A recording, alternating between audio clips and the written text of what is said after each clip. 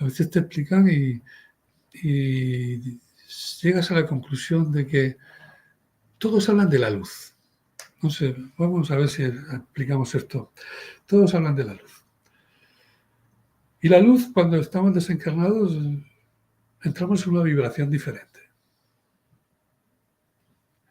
Entonces, cuando estamos desencarnados en ese plano, que todos llaman la luz, para explicarlo de la manera más entendible, es como si en esa luz, eso que llamamos luz, hubiesen como varios planos diferentes.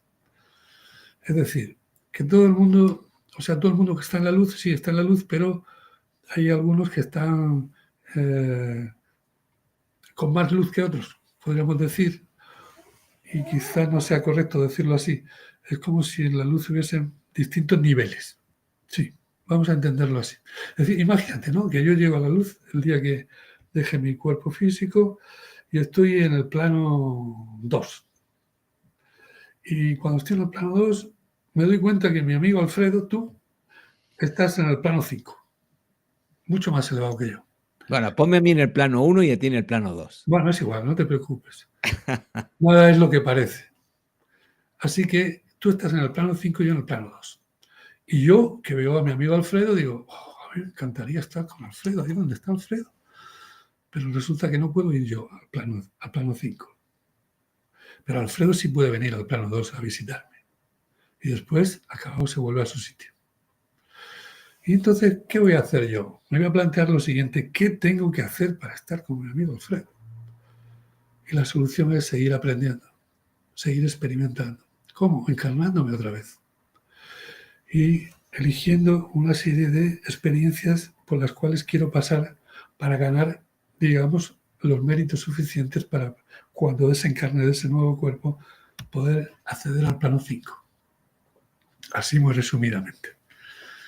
Y creo que la mejor forma de explicarlo, ¿sí? Por lo menos la que yo tengo, ¿no?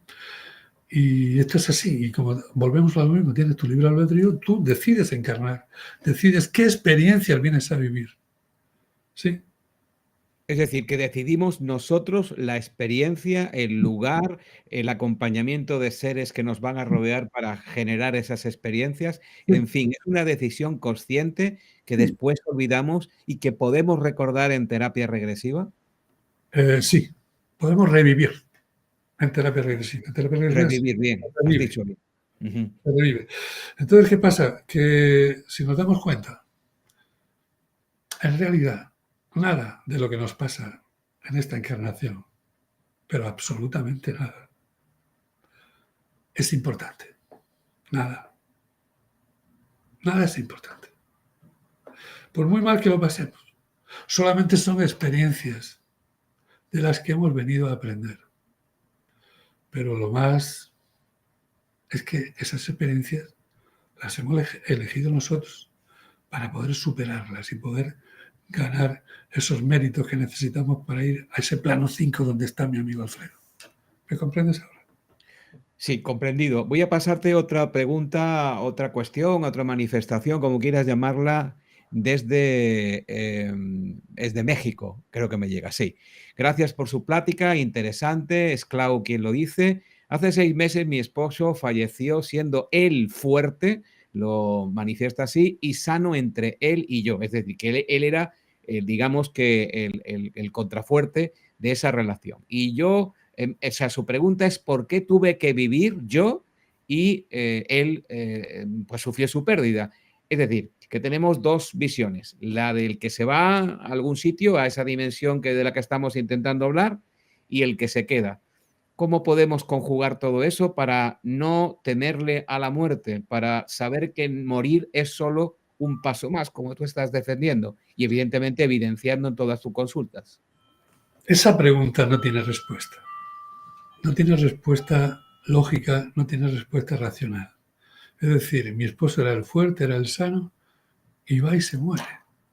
Y yo me quedo aquí. ¿Cómo puede ser esto?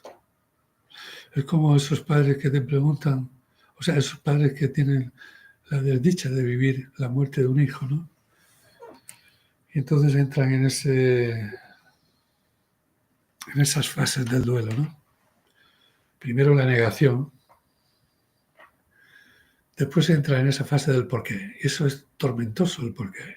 ¿Y por qué? ¿Y por qué? ¿Y por qué? ¿Y por qué? ¿Y por qué? Es tormentoso porque el porqué va dirigido a nuestro consciente y a nuestra conciencia. Y nuestro consciente no tiene conocimiento para contestar a eso. Entonces, por eso es tormentoso, porque no encuentras nunca la respuesta en el porqué. Y eso te hace entrar en una tercera fase de tristeza.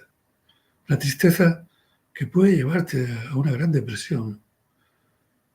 Pero en cambio, cuando pasas a la cuarta fase, porque todo es un proceso, es cuando empiezas a buscar. Yo no sé si esta persona que ha hecho la pregunta se ha puesto a buscar.